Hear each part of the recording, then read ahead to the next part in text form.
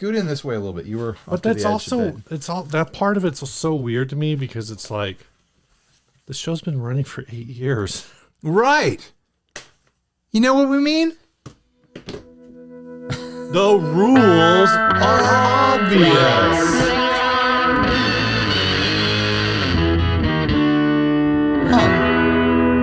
I didn't refill my water. You're going to be thirsty by the end of this episode, Steve. Hi, I'm Ryan. And I'm Steve, and this is 60 Cycle Hum, the guitar buying, selling, trading, modding, fixing, breaking, reviewing, playing podcast. We've got a topic before we get into those ads. This was asked by Wayne Magyar? Sorry, I mangled your name. I'm sure it's a wonderful sounding name, and I just don't know how to say it. Do fancy, expensive boutique pedals really matter gigging? Since every gig is going to sound different, since there's so many variables affecting sound, even in the same venue from night to night, is anyone going to really notice it is a $125 Boss or a $300 plus whatever, or even a $25 Behringer? So this guy's factoring in the tone of the room, right, into his pedal board. But I think there's an interesting topic here, and I went back and forth with him a little bit in the comment section on the Facebook group. What do you have an initial knee-jerk reaction, Steve? I think at the end of the day, for me, it always just comes down to play whatever works for your ear and your space. Sure. What you like. I think if if I write a song on a DS1 in my bedroom, then I'm going to want a DS1 on stage until it doesn't work. If I write a song on till it doesn't work, when will a DS1 stop working? I'm saying like if I take it in there and I realize, oh wow, yeah, okay. Because one of the differences between bedroom and a big room is the way the sound bounces around, and so I know like a DS1 is an example of a pedal that tends to like be very scooped and disappear in a room. And there's also like a huge factor, bedroom versus stage, where like you're not playing anywhere near as loud in your bedroom as you would with a band. There's things that change with your tone, with volume, like the speaker itself gets saturated, and your pedals are going to sound different. There are similarities though, Ryan. When I play in my bedroom, I can hear what I'm playing, and so can 3 other people in my house. That's more than most people get in the dive bar. When I play on a stage, I can hear me, and then the bartender and the sound guy, and there's probably not anyone else there. Oh, your show has a sound guy. Fancy pants over here. I think so. But I mean, I do see what his point is it's like there are a lot of factors. My thought is, write whatever, or use the tools that got you there. Sure. It's the same thing. Don't throw curveballs at yourself. Don't be like, well, because I'm going to go play a show on a stage or in a studio, I'm going to get a nice piece of gear that I'm not familiar with. No, you want to use what you're familiar with. Yeah. It's like you don't need to upgrade or change anything to go from playing at home to playing on stage. Like there's no expectation for that. Yeah. But now I guess where I would say that maybe there's a difference is like if you have some like specific studio tools that you're like, oh yeah, in the studio, right, I use, I don't know. Like, I don't know what y'all have access to, but I know there are people who are like, oh, here's a good example. If you bought one a few years ago, you got yourself a Klon KTR for like $250. Right. But now those things are like $800-900. So I super understand if you're like, well, when I'm like recording at home, I use a Klon KTR. But if I'm playing a show, like I'm gonna grab like an Archer or a Tumnus or whatever. Like I think that's reasonable, and that's maybe a little bit of a different scenario. But if you're saying like, oh, I'm gonna use a JHS Bonsai at home, but then I'm just gonna grab like Mosky green whatever thing, like that's a very different thing. Like just take the Bonsai. That would be my opinion. Sure. But here's kind of my pitch. Assuming your tone, your rig, the sound you're chasing is fairly meat and potatoes. Chasing Sound sounds like a good name for a podcast, by the way. Chasing Sound.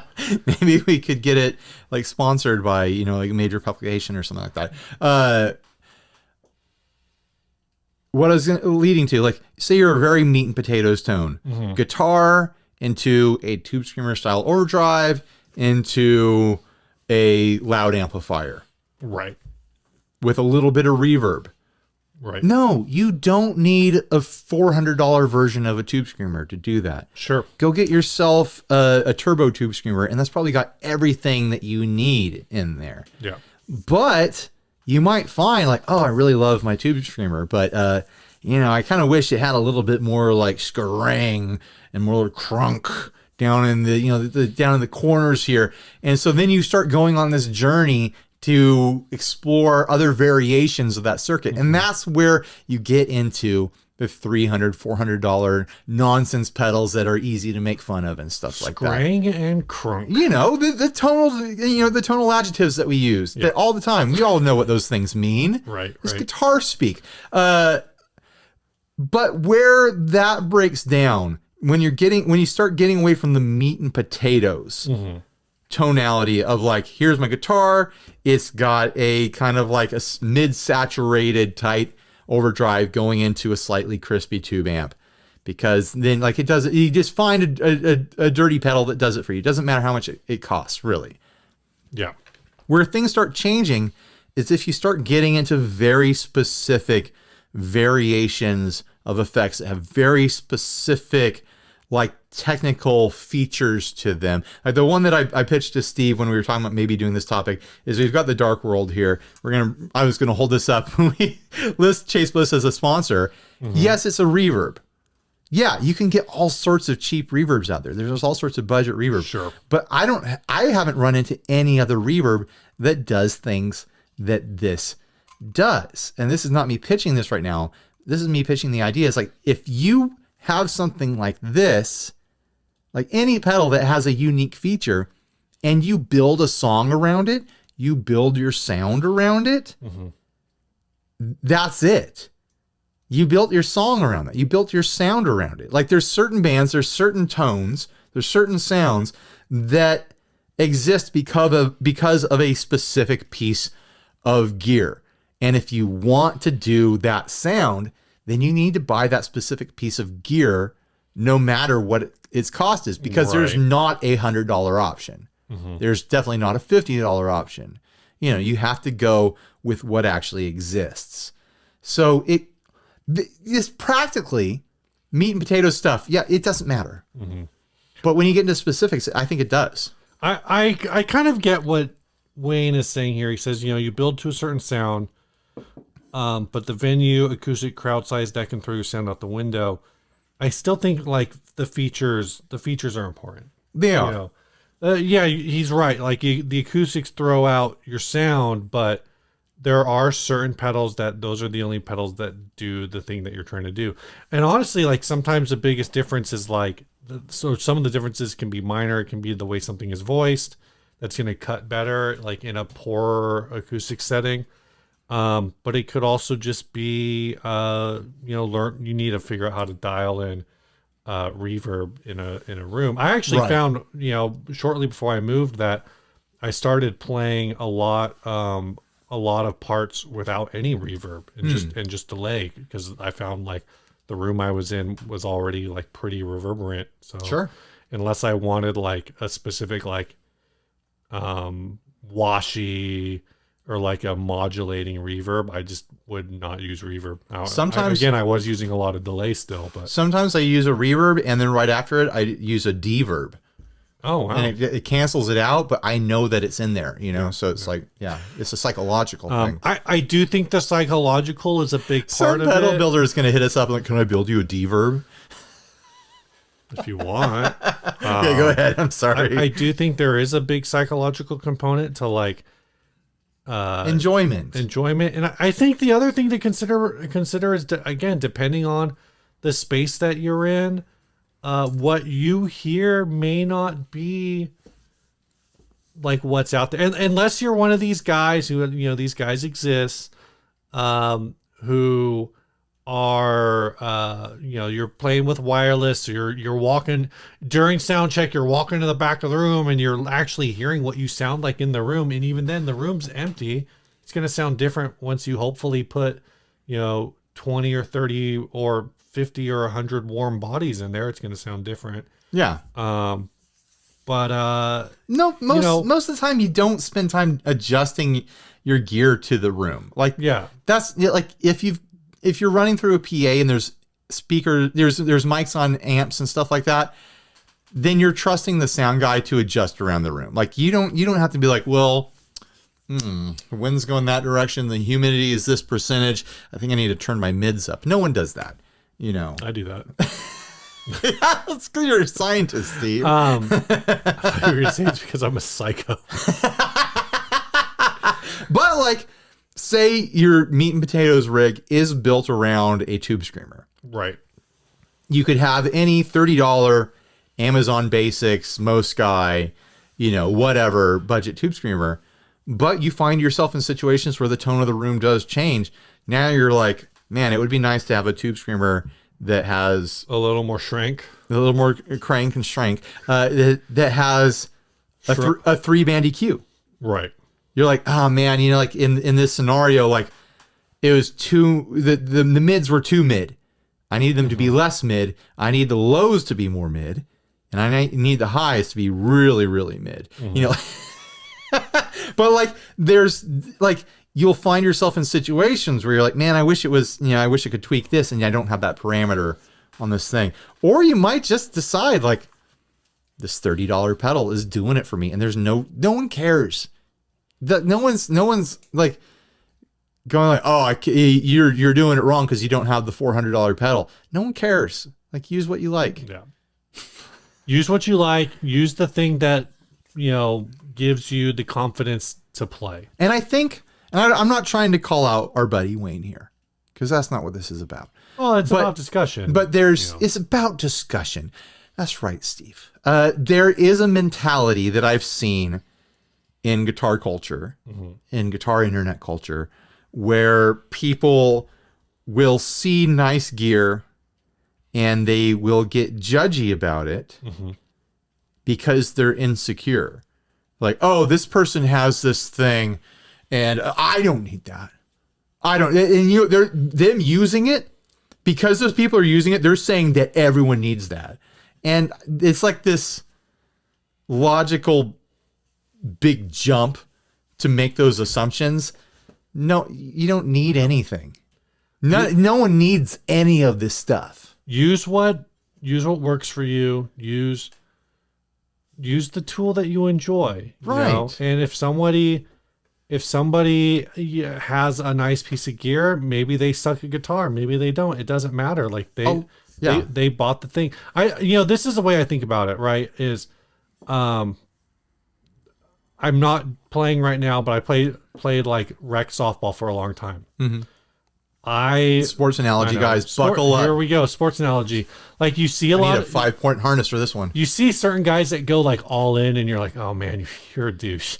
But if all you're doing is like you're showing up with a nice glove and a nice bat, like it doesn't. I have never met anyone who's been like, oh, that's a nice glove, but you play tournaments. You're playing tournaments, bro. No, I just like, I have a nice glove, like, because I want one. Like, it doesn't matter. Like, listen, I've been buying $50-$60 bottles of tequila. Does the alcohol work more or better than the $20 bottle? No, it doesn't. I just enjoy it more. How pissed would you be though if I brought over like a Miller Lite, drank like 2/3 of it, and then poured some of your $60 tequila? I'd be pretty pissed into a quarter full Miller Lite can. Nobody needs anything. The reason pie people buy the expensive stuff and use the expensive stuff is because they want to. Because it's part of the entertainment for them. It's not about need. They're not telling anyone else that they need to have that stuff. There's no professional expectation that, like, oh, if you're going to be on stage, then you need to have this quality of gear. You're in the band. You're the performer. You decide what you use. You're going into the studio, you decide what you're going to use. And if you go to a studio and they're like, you can't use that guitar, it's too cheap, you need to find a different studio because they're wrong and that's stupid. Like, they should allow you to come in with a string wrapped around a piece of wood and like, well, this is my instrument and this is how I get my sound. And they'd be like, well, let's figure out how to record it. Yep. You know, like that's just being an artist. It's choosing your own gear, no matter what it costs or doesn't cost. It's your decision. It's a creative decision that we all get to make. And it's a financial decision too. And if you're going to buy really expensive stuff, then please, for the love of God, use my affiliate links. Jeez. You ready to do an ad? Is there anything else? No, I don't have anything else. I think that wraps it up pretty tight. All right. This ad was sent by Robert McDowell. This is. I think that was the best bow I've put on a topic in This a is long from time. Reverb. This is a Feel Good / Fender Marauder 2 Pistachio Green Nitro Relic by Copacetic Customs. It says, howdy from Texas. Offset nerds rejoice. The fabled Marauder 2. Dude, this is so long. Don't read it all. I don't want to read any of it. Don't read any of it. It's got pickups. It's a guitar. Are you familiar with the Marauder? It's a body. The Marauder was a guitar that Fender like prototyped and never like officially released. Is this the shape that Built uses? They do like kind of a hybrid. Okay. So Built is kind of hybridizes in between a Marauder and a Starcaster in a lot of ways. Fender came out with a prototype, and some of the prototypes had this no pickup design where the pickups were hidden underneath the pick guard. And then they had like a Marauder 2, which is like what this is obviously referencing. I've noticed like a weird uptick recently in Marauder projects, which is shocking because there's a lot of custom hardware here that you just can't get off of wherever. So when I saw this ad pop up that Robert sent to us, I was like, okay, hold on a minute. Where are all these Marauders coming from? So while Steve and I were sitting here prepping for the episode, and I searched Google, and we found where they're coming from. They're coming from this, I'm assuming, a British site called guitarform.com. And they have a Marauder kit for the base price is £680. Right. I'm not going to make a weight joke right now. Because I think that the price of the kit itself is something to talk about. You were going through the options, and there's all sorts of ways to add costs. Yeah, I think I threw on I think a different bridge. So I think this style bridge is like a surplus. But it looks like you can there's a couple other options that I added on, but it came out to like 770 pounds. You can decently get in there and change the details of what you want to get. And that, I think, I haven't found any other sources. They have all this hardware that you're seeing on this guitar that would be otherwise you would have to manufacture it yourself. Which, like, who knows? I'm sure people out there know how to do it, and they will get custom chroming done and stuff like that. But I don't know, for what, 700 pounds? Let's call it 700 pounds. And you can build a pretty dang decent looking guitar that's doing the Marauder thing with a bunch of different options. I think that's kind of wild and cool. It kind of tempting to me. You say 700, but it doesn't come with a neck. Right. No, it's the body and it's the hardware. It doesn't come with the pickups. So it's coming with like the switches, but you're still going to have to wire it all up. This is if you're doing good parts, it's minimum like a $1,500 project, right? Sure. Yeah. Like say you're going to throw 400, 500 at the neck, and then you're going to, it's easily more than $1,500. Then say you're going to throw 300 at pickups. Then you're going to, buy all the switches and wires and tuners and things like that, and finishing it and all that stuff. So this is a weird case where I'm looking at a $2,600 kit guitar. Right. And I kind of get it. Yeah, this is a pistachio green finished. It's kind of like a light, almost pastel green. It's got some relicing done on it that's actually, I think, done very well.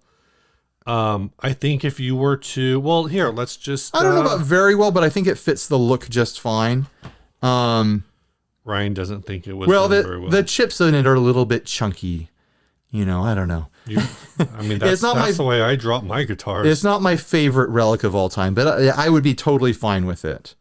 Honestly, this is probably a situation where it's like, it's relic because it's a kit guitar and they didn't know how to do a super clean finish, which is totally fine. People love the look of a relic guitar. I certainly don't hate them. People who love super glossy, clean guitars are not typically shopping Fender style offsets. I think it's a totally fine relic. Tons of switches and knobs on here. I have no idea what it all does.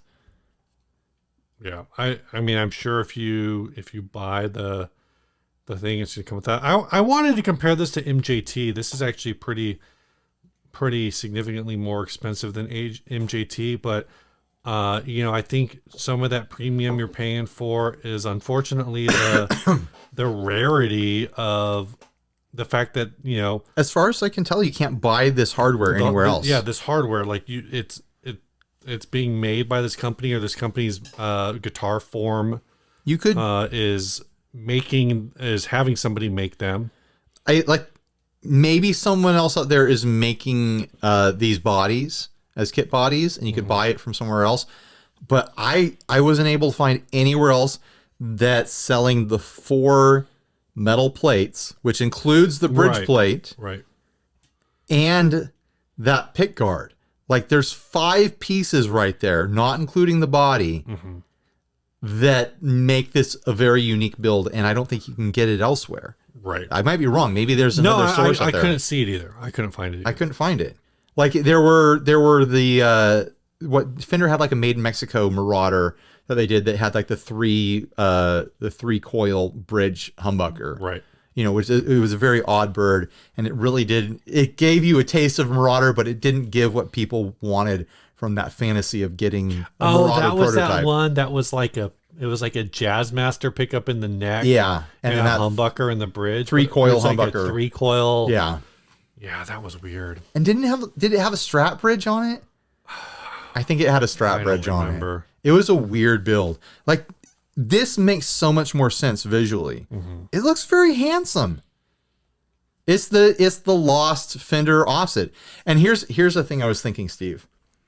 Remember when the hot kit to build was Telemaster. And then what happened eventually? It flooded the market. They flooded the market. Harley Benton sells one. They flood, all these kit builds and stuff, all these home project builds. People were building all these Telemasters. Fender came out with them. So if enough people flood the market with these Marauder kits, what do you think Fender's going to do eventually? They're going to make one. They're going to make one. For $4,000. Probably. Well, then they'll make a Mexican version, which will be $1,500. Yeah, by that time, it probably will be $1,500. And then they'll make a Squire version, and by that time, it'll be $700. It'll be $700. Yeah. But if it gets popular enough, then other builders will host the kits as well, and you'll be able to get varieties of different, hardware pieces and whatnot. I want to know about where these switches come from too. Those big white switches are beautiful. Things like that.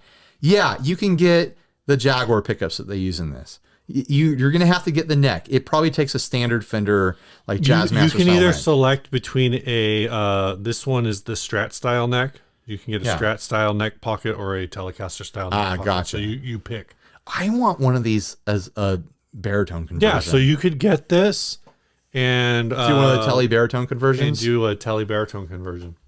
I was looking for that Strat, but is it upstairs? No, the Strat is in a case, but that would because I put the Strat away because I've got commercial, I've got baritones people can buy. Right.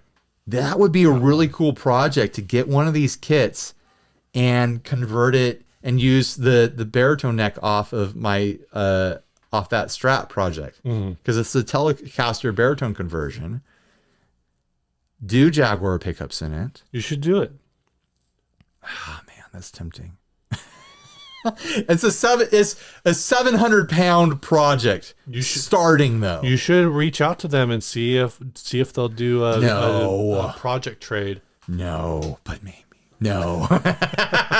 I would have to have a lot more free time in my life to start tackling something like that. And you know what? If you charge $2,000 a video, you'll have lots of free time.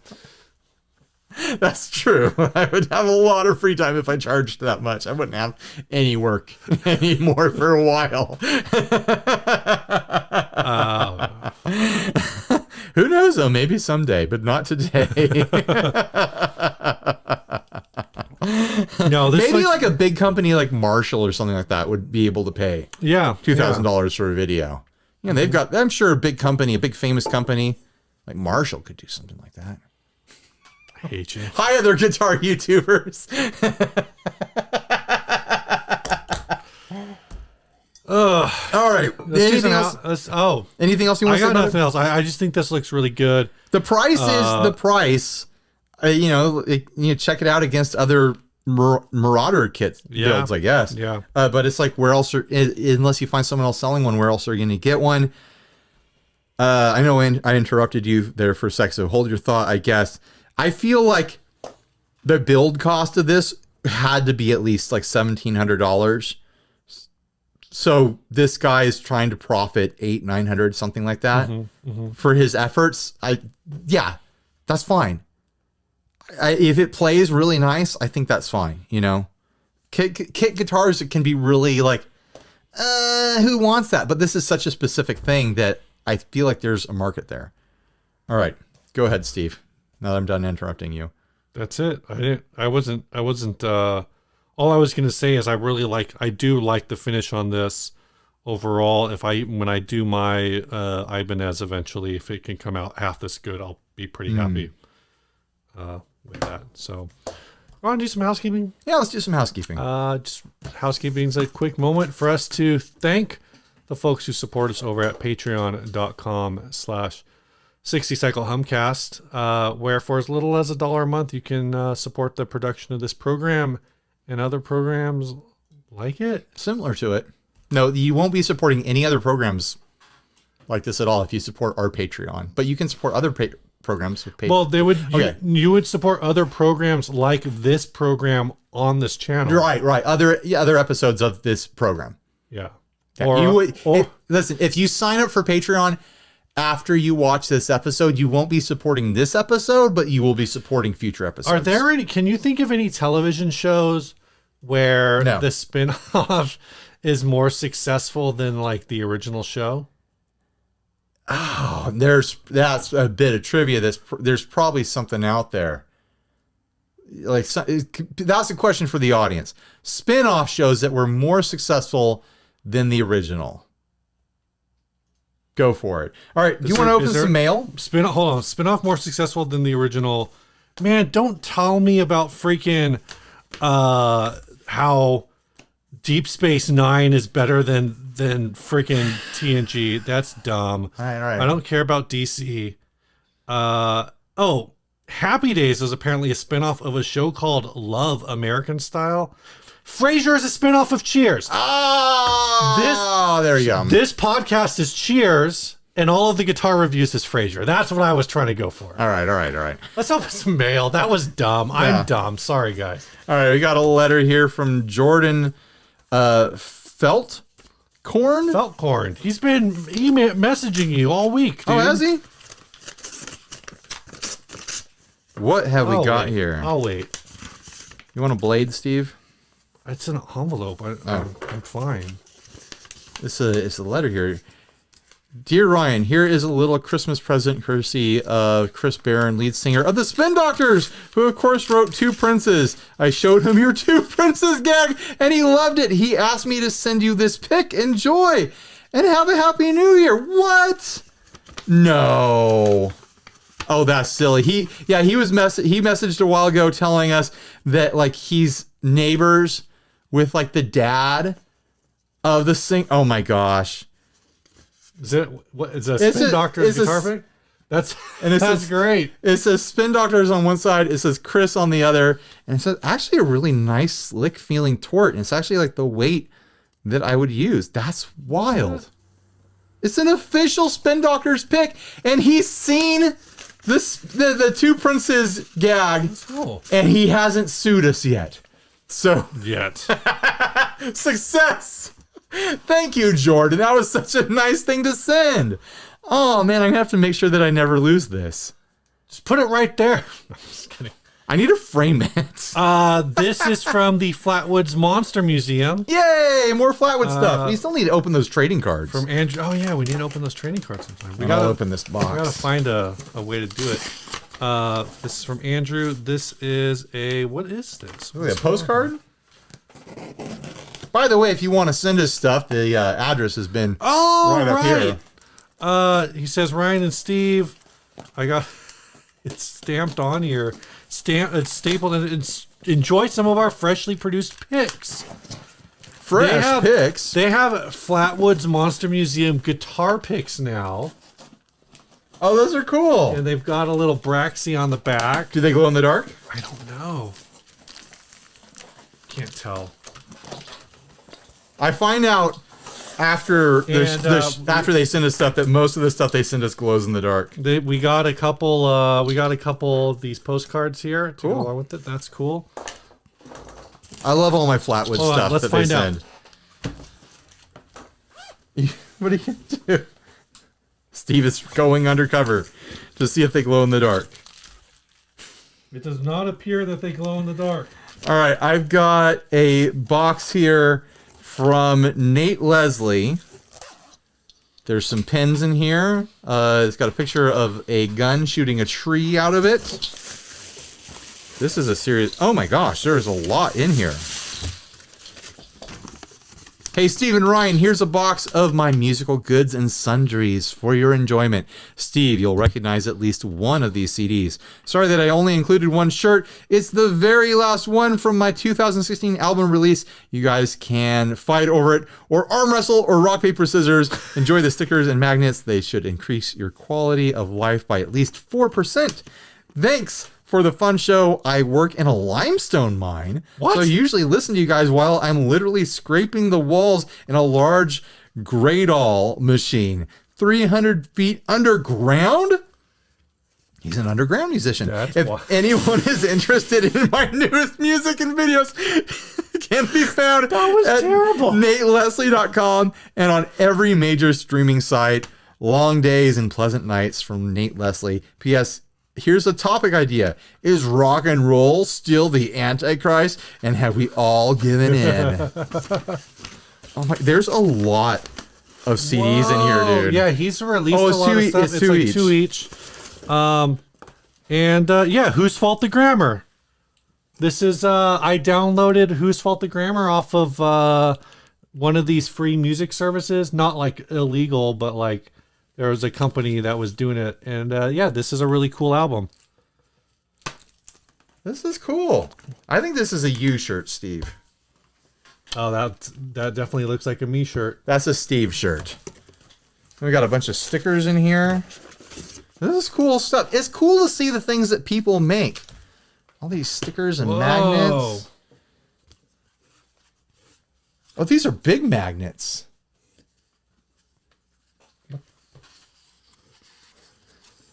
Warning, no diving, shallow water. You can be permanently injured. I think that's just like a like a quarry sticker. I kind of... Should I put this on a guitar?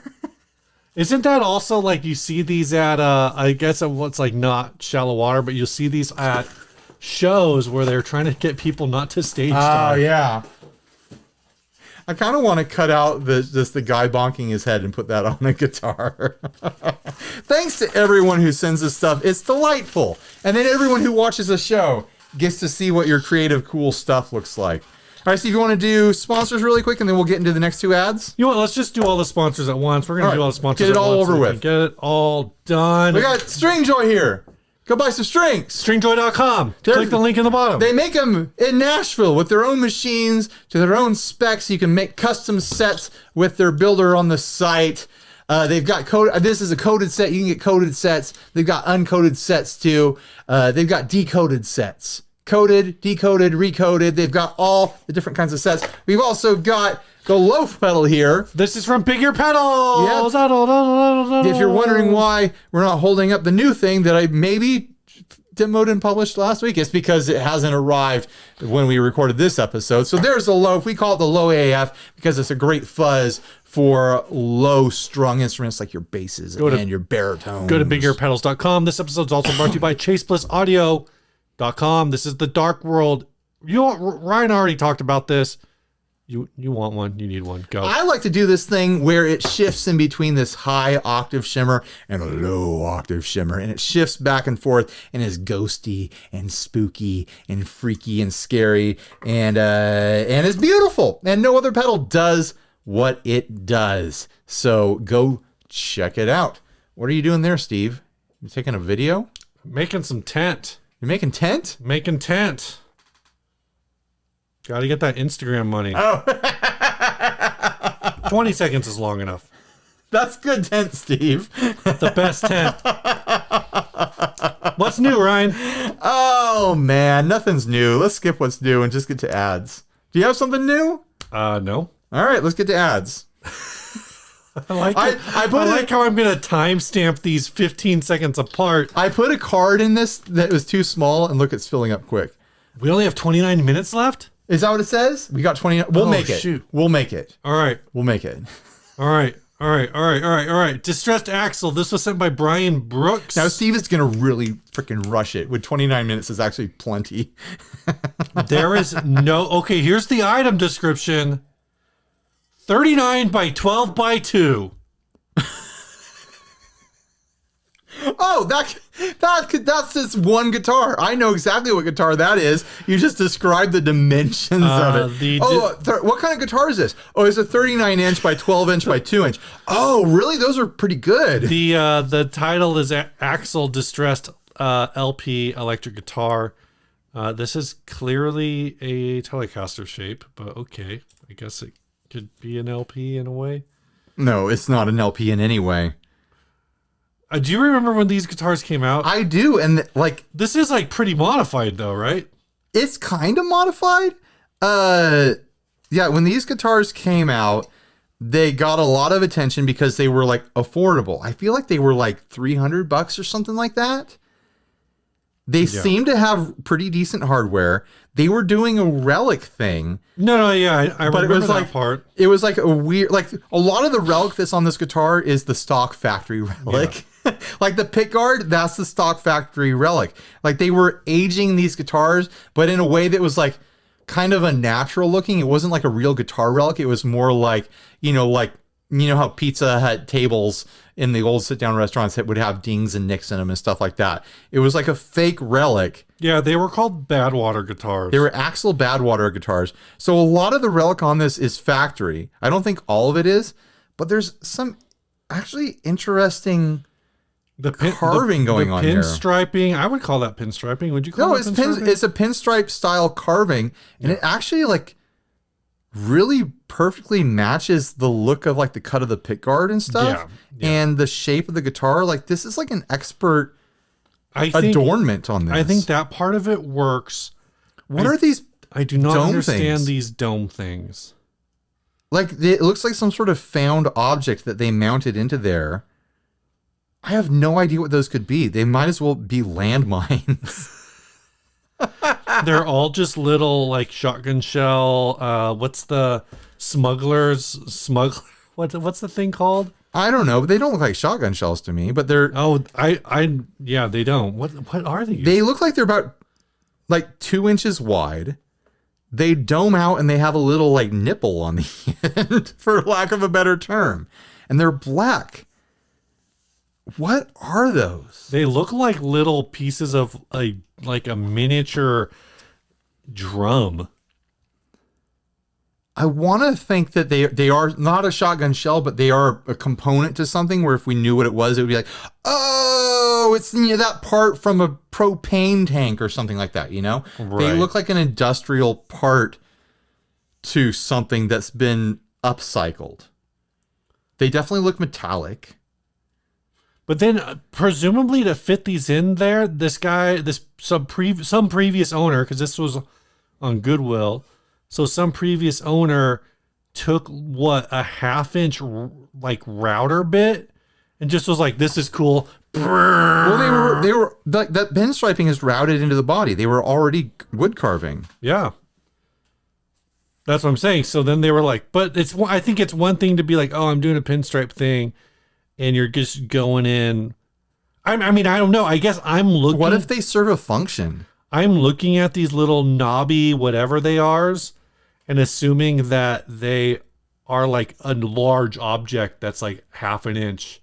That these are like a 1/2 inch into the body, but they could just be very superficial. Guys, people in the audience, can you identify these strange disc-shaped objects, these unidentified discs? You know what, man? Figured it out. What is it? Aliens. It's aliens! Finally! They've been here all along. That's why the aliens have been coming. That's why everyone's been spotting all these UAPs and whatnot. Is that what they call them? UAVs. Unidentified aerial vehicles? phenomenon. I think UAP might be correct. Unidentified aerial phenomenon. UATs, unidentified aerial things. They've been... UAS, unidentified aerial stuff. UAS, unidentified aerial shit. The aliens are coming here to modify our guitars. That's why they're here. Mystery solved. But yeah, like, it's got to be... When this thing starts floating, UAG, unidentified aerial guitar. What if they're like the ends of yeah, that joke wasn't good. You're right. A piston or something like that? It looks like something mechanical. It's probably something so stupid, and when we find out, we'll be like, "Oh yeah, duh." It's like the bottom of like a Mountain Dew bottle. A Christmas ornament. It's like part of a Christmas ornament. Somebody just sanded it off. Right. But I think this is a cool looking modification. I'm assuming it's a modification. I've never seen. No, yeah, this has to be a modification. But it looks so clean, and it fits the look of the guitar so well. Yeah, someone was good with a router. We established that. But even like the colors, like that kind of like dusty off red in the pinstriping, you know, like kind of contrasted by that turquoise and the little dots and whatnot. Mm-hmm. I don't know. I dig it. I was tempted to buy these when they came out, and I think this looks great too, because it's not like I said, it's not a real relic, but it has a vibe. This sold for $503. Also, that's wild that it sold for $503. That's crazy. Has to be their modification. They drilled a hole in the headstock and put a little like leather tassel on it. Oh, I didn't notice that. And one of their tuners is crooked. Probably would have sold for $600 if that tuner wasn't crooked. But are those aftermarket tuners too? I don't think so. Oh, maybe. I don't know. No, I'm not sure those are aftermarket. Oh, that one's busted. That's why it's off. Oh. It needs a new screw. Oh, you're right. Yeah, that's an easy fix, though. Oh, yeah, for sure. Excuse me. Whoa. I meant to hide that burp, and then it just came out. That's a carnitas burp.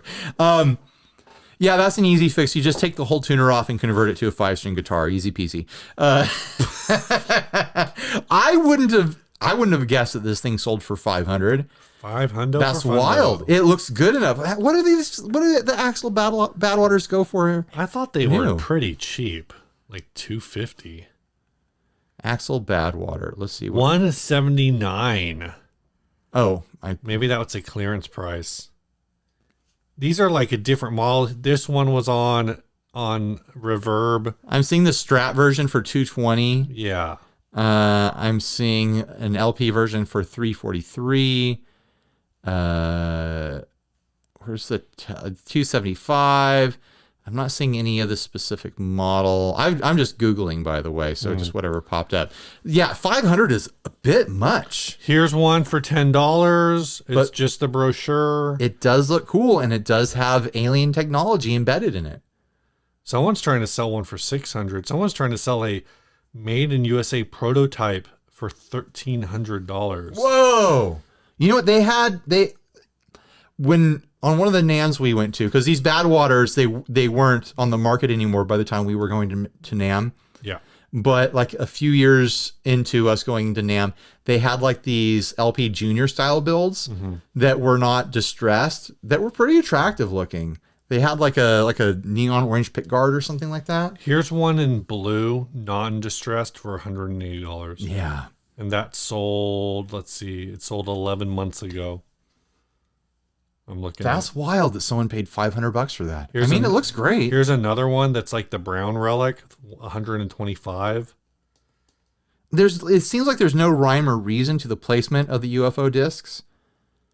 But for some reason, the way they work with that pinstriping just draws the eye in a really fun way. Well, what it is you think there's no rhyme or reason, and that's because you're just not smart enough to understand aliens. I mean, I don't understand the alien code. I'm not smart enough to understand it either, but I recognize that it is a code. There's a pattern there. Yeah. It's just not one that I can comprehend. It's like crop circles, you know? Exactly. It's so obvious that it's this clear signal from the aliens to tell us exactly what to do if we want to hang out with them and be cool friends with them. But like we just don't get it, you know? Man, it would be cool to maybe not the discs, but it would be cool to have pinstriping like this on that Harley Benton Mosrite that I have. I feel like that would take this look pretty well. Now I'm looking around the room. You're looking for other things to do this on? Aliens, send me your discs. Come to my house. Show me how to properly modify a guitar, aliens, and we'll make a video out of it. And you can finally explain yourselves why you've been flying around and coming down to Earth, modifying guitars and poking things in people's buttholes. People want to know. Hold on, what's that? Oh, that's a different thing. What the hell was that, Steve? Let's move on to the next ad before we run out of card here. We've got 19 minutes. I was trying to find just the do thing from Close Encounters of the Third Kind. 18 minutes. What? It's winding down. Oh no. How are we going to make it? This is a Yamaha FG230. Yamaha? Is there a description? I thought there was, but maybe there's not. Vintage Yamaha FG230 12-string. Acoustic electric guitar with light-up fret markers, $650 in Indianapolis, Indiana. This guitar is as beautiful to play as it is to look at. Well, so it doesn't sound that great. Has a built-in light system that is mesmerizing and adds a really cool effect when playing in a bar or coffee house with low lights.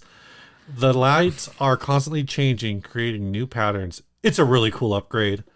Also has onboard tuner and EQ. Excited to pass this on to someone who will play it. So how much did they want for this?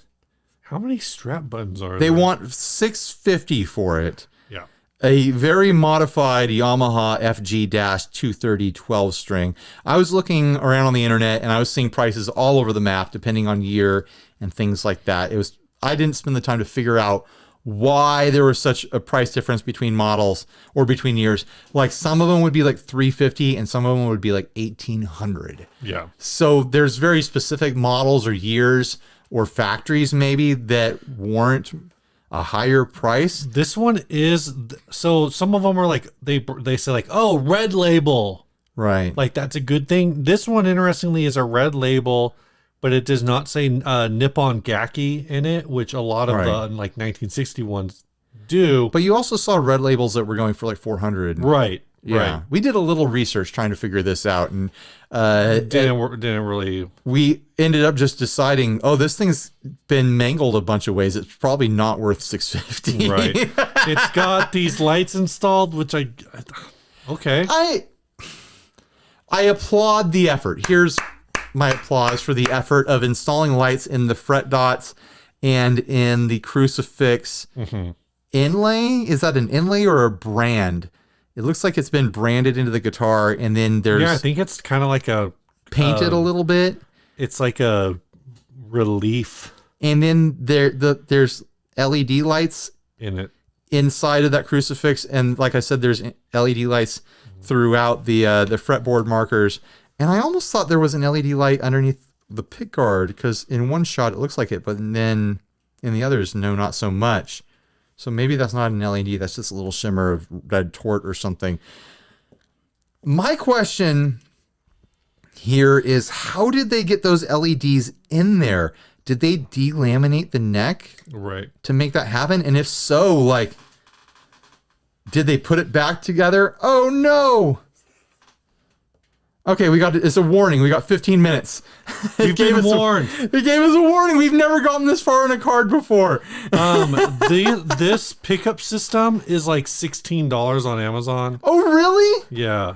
It looks like a late 80s drop-in pickup system. Yeah. It has a XLR output, a high Z 1/4-inch plug output, and then it has all your standard sliders on there and a digital tuner built in. It's $9 if you buy it on AliExpress. Is it a new product? It's a current product. It's a current product? It looks like it came out in 1989. Yeah. Jeez. It's not a good look. It's not great looking. If you buy them in bulk, they can be as cheap as $3.50. I don't doubt that this guitar is a great acoustic 12-string. Yamaha's always made really great stuff. Mm-hmm. Like, their acoustics can be really great too. But these modifications have me scratching my head as to what happened to allow them to happen. And also, not everyone wants 2 crucifixes burned into their guitars. And they don't follow my art rules, because if the guitar is being played, then the crucifixes are sideways. And no one wants to be crucified sideways. Wow. You know, like, there's right side up and there's upside down, and that's it. You know, like, isn't St. Andrew's cross the one that's sideways? Is there a sideways cross? Well, it's like the X cross. Oh, that's St. Andrew's cross. Oh, I don't. Yeah, that's like the German Orthodox cross or whatever? It's like the Scottish flag cross. Right. I don't know. I don't know all the crosses out there. There's so many types of crosses. I don't know. To me, I don't know how these are installed. I don't get it. Here's the thing. If it was just the LEDs on the fretboard, I'd be like, well, if I don't like it, I could just pull out the battery. Mm-hmm. But the crosses are throwing me, and I'm a Christian. I don't know if you guys know about it. I play in church. I'm a Christian, so crosses shouldn't bother me. I'm not a vampire or anything, so I could play this guitar without bursting into flames. I don't think it's not my look. It's not my look at all. Maybe this is an acoustic guitar for Tony Iommi. You know, he likes crosses on his guitars. What do you think, Steve? I was thinking like they're like, I feel like the target musician for this is like the guy who probably was super into Zeppelin and whatnot back in the day, probably spent most of the 80s and a chunk of the 90s hooked to like meth, and now is like finally figured out, or maybe at some point like knocked someone up and realized I gotta break this habit.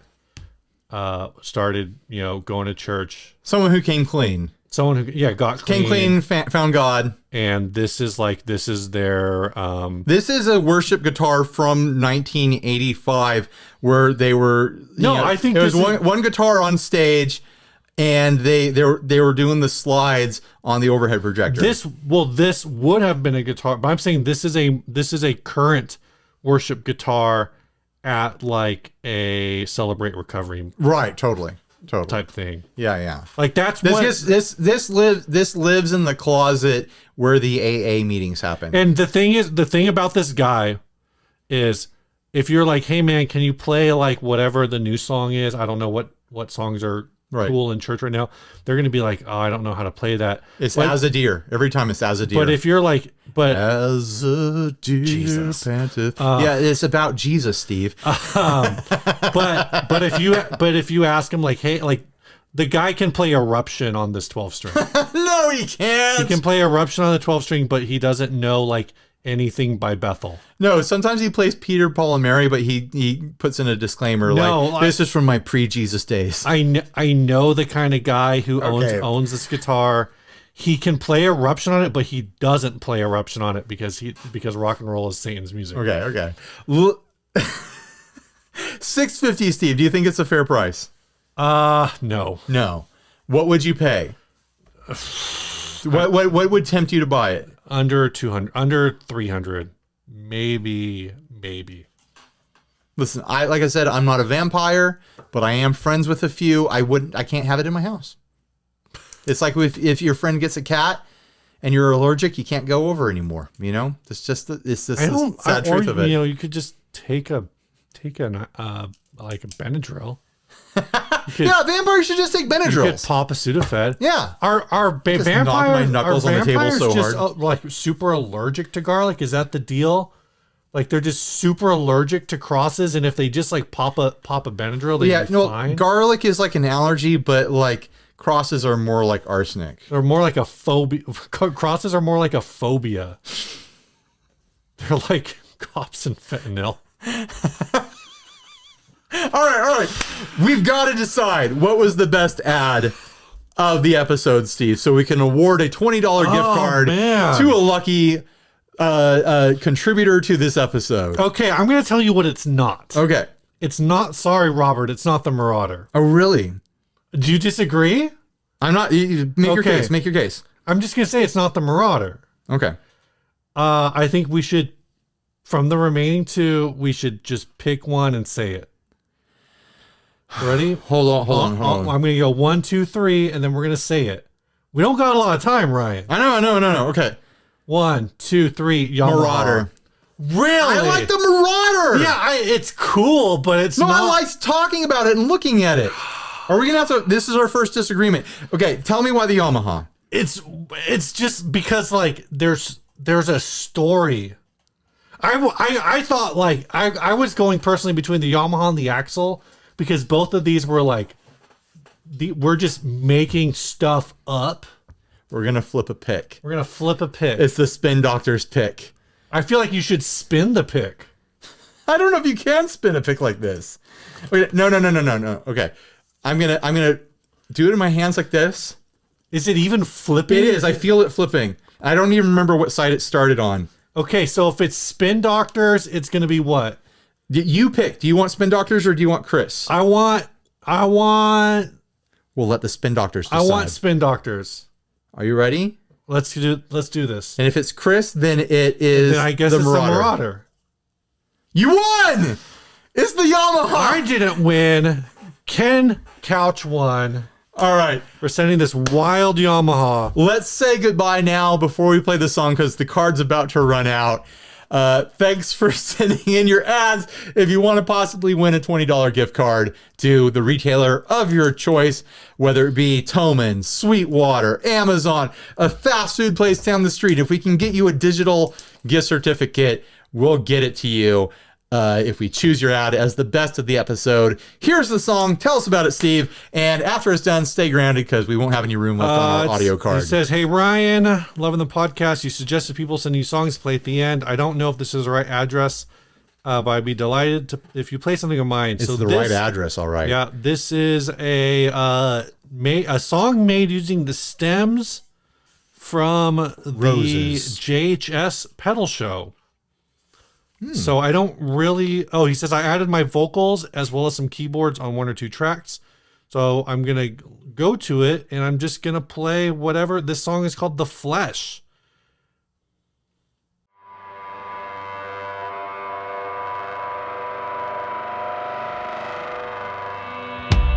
If you're looking for signs, no doubt you'll find it.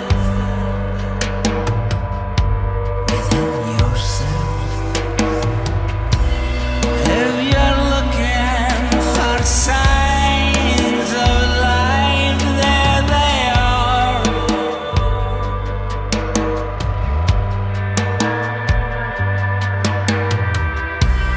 If you're looking for love,